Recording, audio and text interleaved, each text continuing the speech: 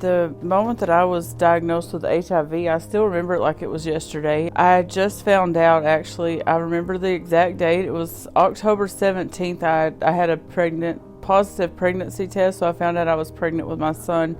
That was in 2015, and November 17th, 1 month exactly to the day that I found out I was pregnant, I got a phone call from the gynecologist because they had did, the pregnancy blood work and everything, and they said some test results came back and it could be a false positive, but you're showing positive for HIV.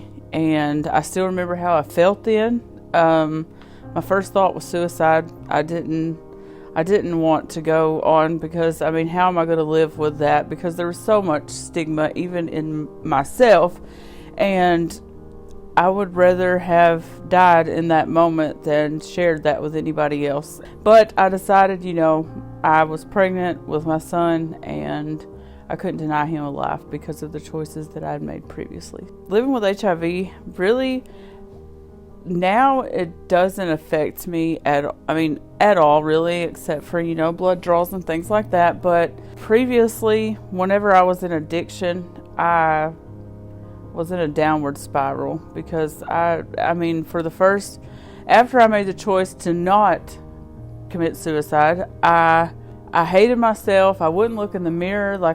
There was like a year that I barely would even give myself a glance in the mirror. Like, I didn't shower.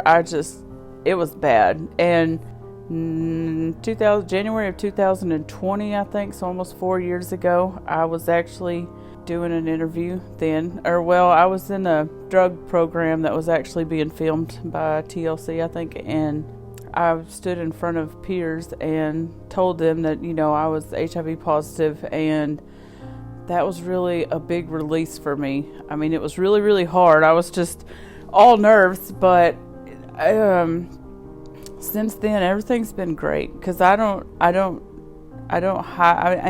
that to hide anymore. Like, I felt like it was just a secret that was festering, and it was tearing me up. But now I found my freedom in talking about it, and I really hope that someday I can put forth, something in order to help people that were in that place that I was at, because it's not a good place to be.